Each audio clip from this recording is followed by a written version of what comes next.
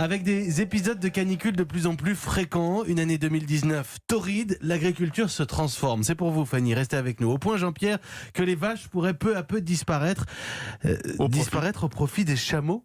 Alors, on n'en est pas encore là, mais si la météo française, notamment au sud, commence à ressembler à celle de l'Afrique du Nord, eh bien, dromadaires et chameaux pourraient bien débarquer chez nous. En 7 ans, leur population a doublé, 500 en 2012 contre 1 millier aujourd'hui. Il faut dire qu'ils ont un tas d'atouts dans leur bosse. Là, j'ai hâte de savoir. Lesquels ? Alors, surtout, les chameaux sont beaucoup moins gourmands en eau.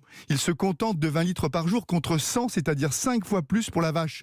Pour se nourrir, le camélidé dévore du foin, plus facile à produire que le maïs, et là encore, moins consommateur d'eau. Au moment où l'or bleu devient rare et cher, eh bien des éleveurs accomplissent une transition peu banale, remplacer leur troupeau de vaches par des chamelles. Et le phénomène est mondial, notamment dans les pays occidentaux concernés par ce réchauffement climatique. Alors ok, pour l'eau, pour le lait, on fait comment ? Ah, eh bien en vous habituant au lait de chamelle, mon cher Mathieu. Bon courage, c'est rude, mais c'est vrai qu'il a des vertus. Vous avez déjà goûté ou pas ? Oui, au Niger. J'en garde un souvenir amer. Moi j'ai adoré. Ah bon ? J'en ai goûté, j'ai trouvé ça excellent. Alors il est excellent pour vous, beaucoup moins gras en tous les cas, plus digeste que le lait de vache et surtout toléré par les personnes ou nourrissons allergiques au lactose.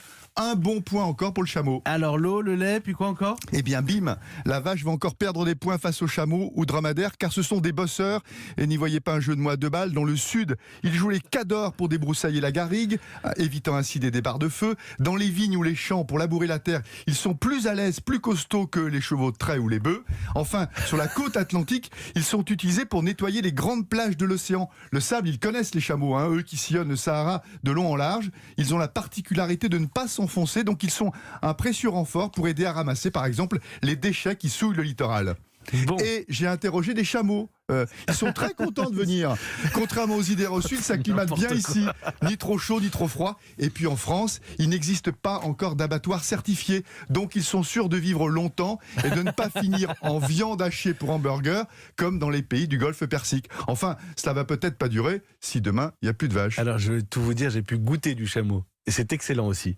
C'est excellent. Je sais que je vais en horrifier certains qui nous écoutent. On va lancer adopteunchameau.com, non ? Fanny Agostini, Jean-Pierre Montanet. Pourquoi pas, mais moi j'ai de la peine pour les aubracs et les salaires.